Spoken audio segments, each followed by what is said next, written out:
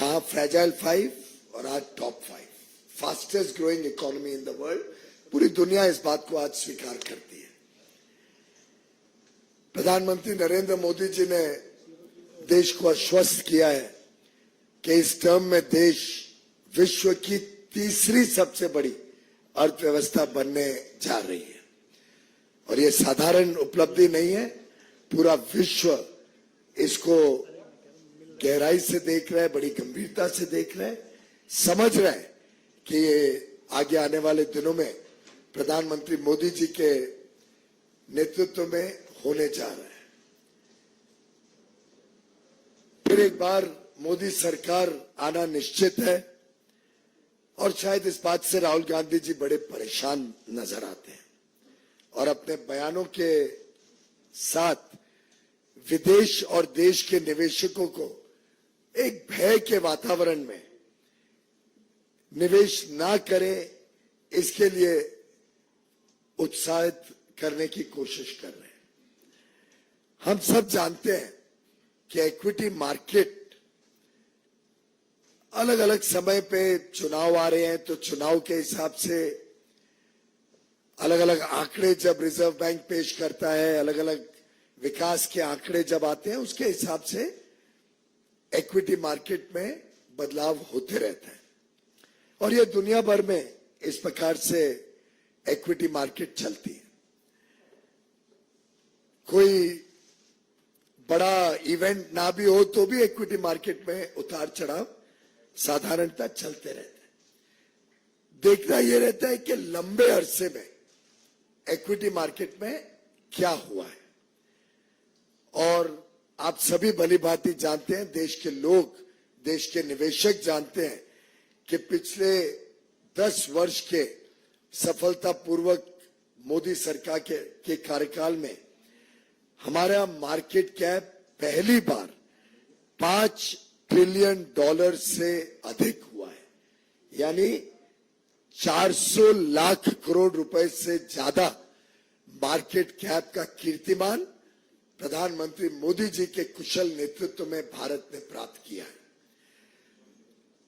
और आज भारत का जो इक्विटी मार्केट है, ये पहली बार विश्व की 5 बड़ी अर्थव्यवस्थाओं की जो मार्केट कैप है उसमें से एक भारत बना है।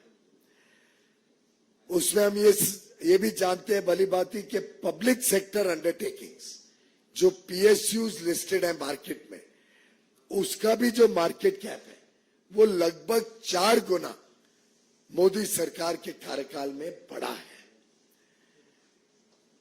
एक डेटा पॉइंट आपको देता हूं जिससे मुझे पूरा विश्वास है भारत की जनता भी बड़ा गर्व महसूस करेगी कि आज से 10 वर्ष पहले जब यूपीए की सरकार थी, जिसका नेतृत्व गांधी परिवार करता था,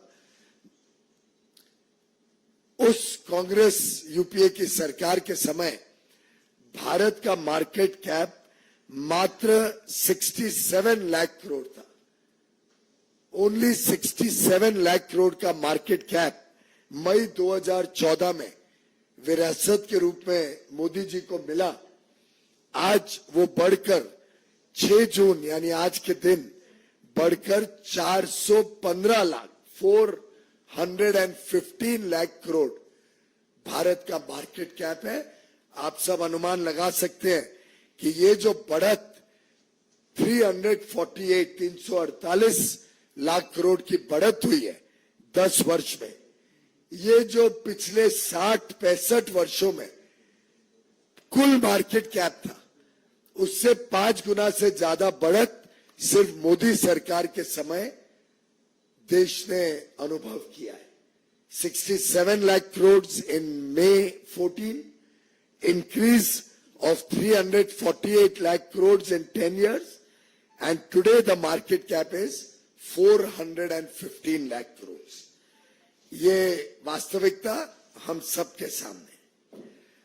अब इसमें गौर करने की बात है कि इसका सबसे बड़ा लाभ किसको हुआ, और ये हम सबके लिए गर्व की बात है कि भारतीय निवेशक और उसमें भी हमारे रिटेल इन्वेस्टर्स, खुदरा निवेश जो करते हैं उनको आज इसका सबसे बड़ा लाभ हुआ है। आज वो सिर्फ बाईस्टैंडर के रूप में मार्केट बढ़ रही है दूर से नहीं देखते, आज वो मार्केट में पार्टिसिपेट करते हैं, आज वो निवेश करके उसका लाभ सीधा लेते हैं। और उसके आंकड़े भी मैं आपके समक्ष रखता हूं। जो फॉरेनर्स की होल्डिंग यूपीए के समय होती थी एफपीआई के माध्यम से, फॉरेन पोर्टफोलियो इन्वेस्टर्स जो निवेश करते थे और उनकी जो परसेंटेज होल्डिंग थी यूपीए के समय वो 21% थी और वो घटकर आज 16% हो गई। यानी फॉरेनर्स की इन्वेस्टमेंट कम हुई है और भारतीय निवेशकों की मालकियत भारत की स्टॉक मार्केट में 79% से बढ़कर आज 84% हो गई। 84% आज भारतीय निवेशक मार्केट में भारतीय मालिकियत के साथ खड़े हैं। जो म्यूचुअल फंड इंडस्ट्री है जिसके माध्यम से हम में से कई खासतौर पे छोटे निवेशक अपना पैसा मार्केट में लगाते हैं, म्यूचुअल फंड इंडस्ट्री का साइज 2014 में मात्र 10 लाख करोड़ था। आज वो बढ़कर 5 गुना से भी अधिक हो गया है। 56 लाख करोड़ रुपया म्यूचुअल फंड के माध्यम से भारतीय निवेशक, विशेषकर छोटे निवेशक, आज मार्केट में ये बढ़ती हुई मार्केट का लाभ ले रहे हैं। और ये छोटे खुदरा निवेशक, रिटेल इन्वेस्टर्स ने ये सुनिश्चित किया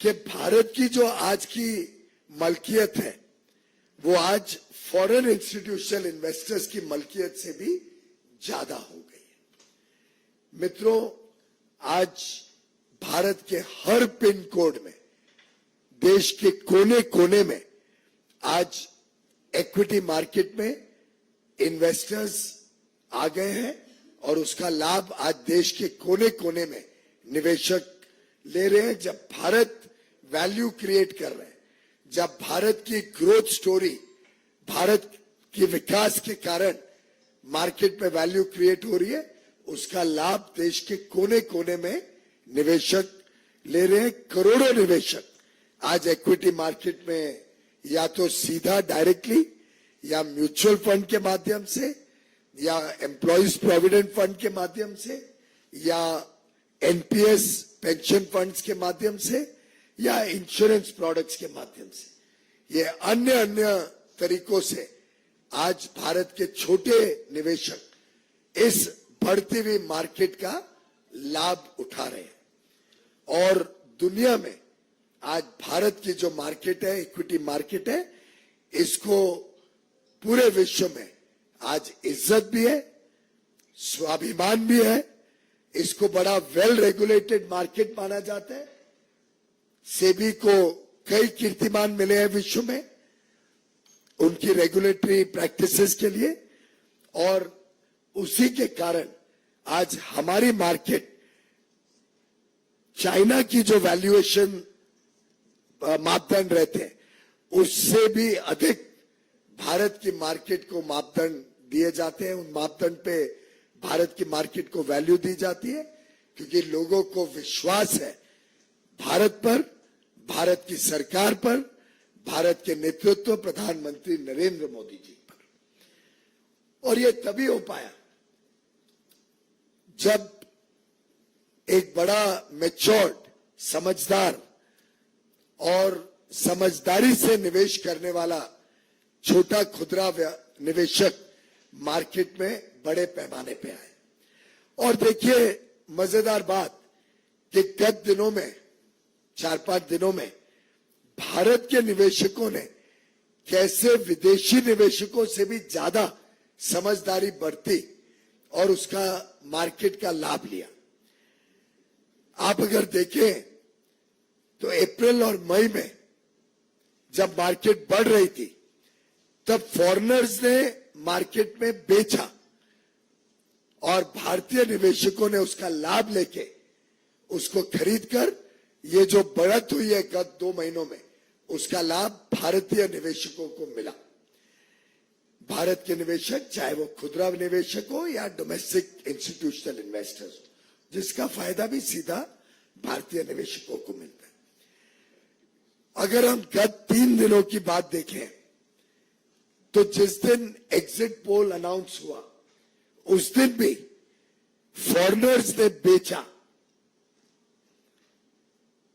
जब एग्जिट पोल अनाउंस हुआ उस दिन भी,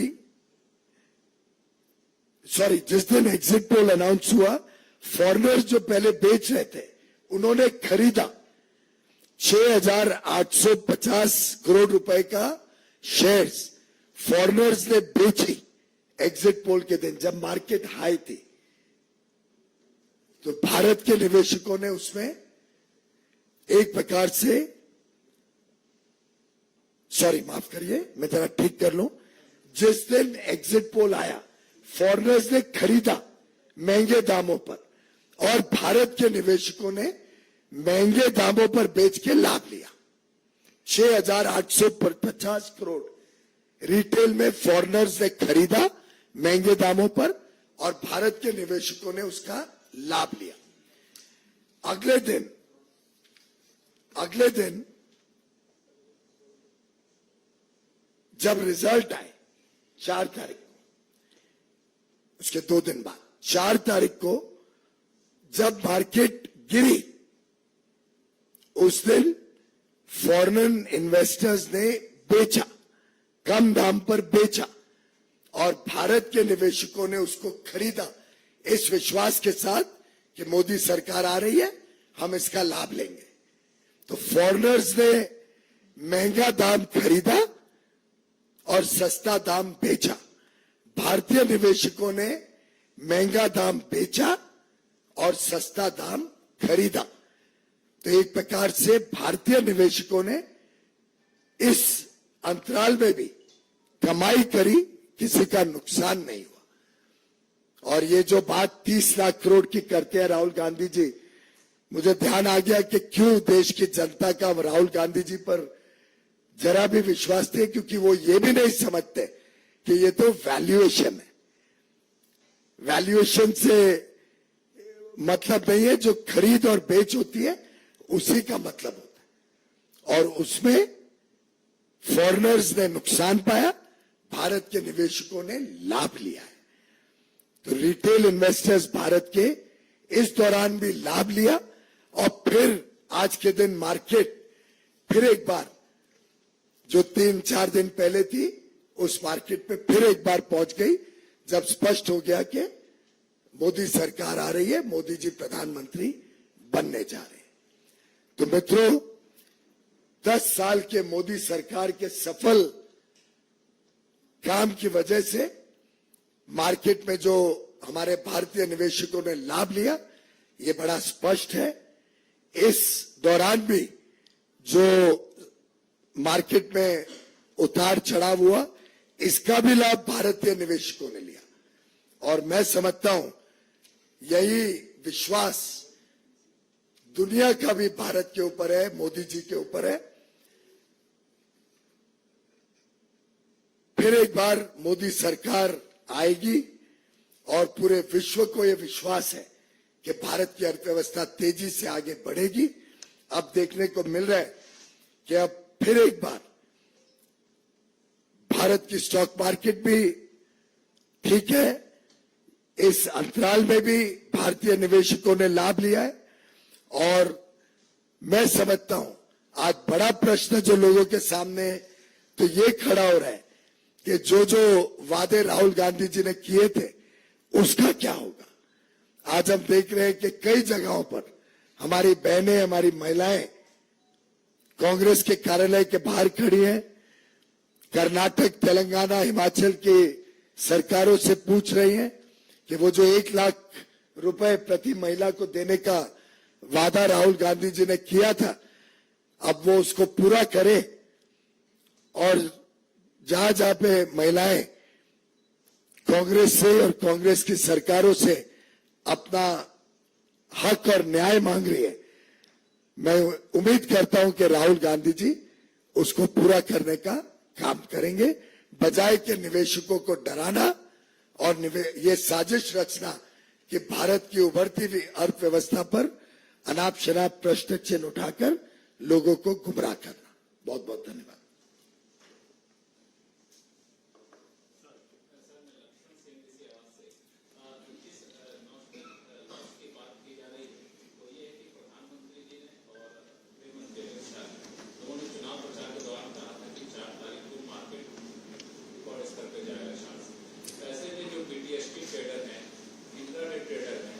नुकसान की बात की जा रही है। एक सवाल ये है। दूसरा सवाल ये है कि क्या हम ऐसी व्यवस्था नहीं कर सकते सीबीआई इलेक्शन कमीशन से मिलकर कि फ्राइडे से लेकर संडे के बीच में रिपोर्ट का आना और फाइनल रिजल्ट का आना आ जाता है कि मार्केट मैनिपुलेशन ना हो। पहली बात, जहां तक पहला सवाल है, इसके आंकड़े दर्शाते हैं कि जो भी नोशनल लॉस की बात हो रही है वो तो वैल्यूएशन में है। और जहां तक ट्रेडिंग का सवाल है, ट्रेडिंग में भारतीय निवेशक तो ज्यादा स्मार्ट निकले और उन्होंने वो लॉस नहीं किया। लॉन्ग टर्म इन्वेस्टर्स रहते हैं और लॉन्ग टर्म इन्वेस्टर्स बड़ी समझदारी से अपना काम करते हैं। हर एक पार्टी दावा करती है कि हम जीतने वाली हैं। हमने भी दावा किया और हम उसमें खरे उतरे और हमारी सरकार आने जा रही है। तो माननीय प्रधानमंत्री या गृह मंत्री जी ने जो दावा किया था वो ये दावा किया था कि हमारी सरकार आने जा रही है और आई है और उसके हिसाब से हम खरे उतरे। राहुल गांधी जी भी दावा करते थे, उन्होंने भी उस दिन कहा कि उनकी 295 सीटें आने वाली हैं। तो दावा दोनों पक्षों से हुआ था और मैं समझता हूं कि राहुल गांधी जी ने चिंता करनी चाहिए कि जब आंकड़े आ रहे थे और उनको ज्यादा सीटें थोड़ी मिली अनुमान से, तो अगर मार्केट गिरी तो ये दर्शाती है कि दुनिया और देश के निवेशकों का कितना डर था कि राहुल गांधी जी की वोटें बढ़ रही हैं या सीटें बढ़ रही हैं। उसका भय दर्शाता है कि उनकी सरकार आने से लोगों में कितना विश्वास है कि तकलीफ आएगी। तो उसका तो राहुल गांधी जी ने चिंता करनी चाहिए कि उनकी सीटें थोड़ी बढ़ने से दुनिया में और देश में कितनी खलबली मच गई। अब जब लोगों को विश्वास हो गया कि मोदी सरकार आ रही है, फिर मार्केट स्टेबलाइज हो गई और पुराने आंकड़े वापस आ गए।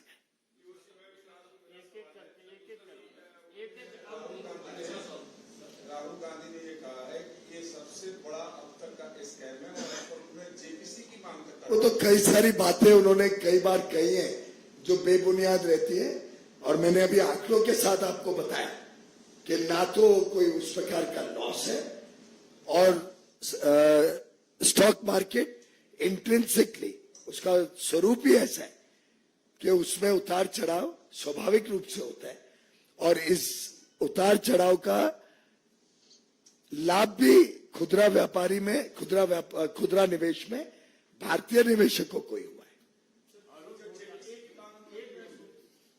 तो बेबुनियाद है, उसमें तो कोई मतलब नहीं।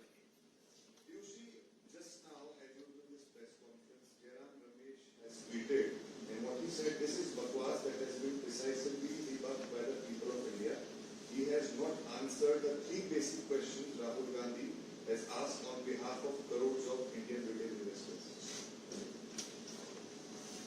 I have answered all the questions. Jairam Ramesh ji ने सुनी नहीं होगी या तो बात। आप में से कोई बताइए कोई विषय है जिसमें मैंने अभी तक आपको जवाब नहीं दिया हो।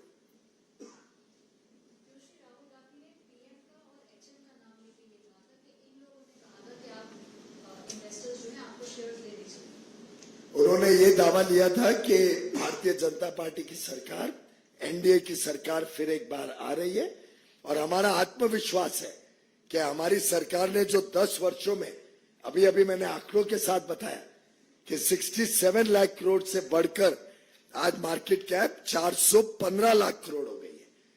तो निवेशकों ने लाभ लिया ही है हमारे काम का, तो स्वाभाविक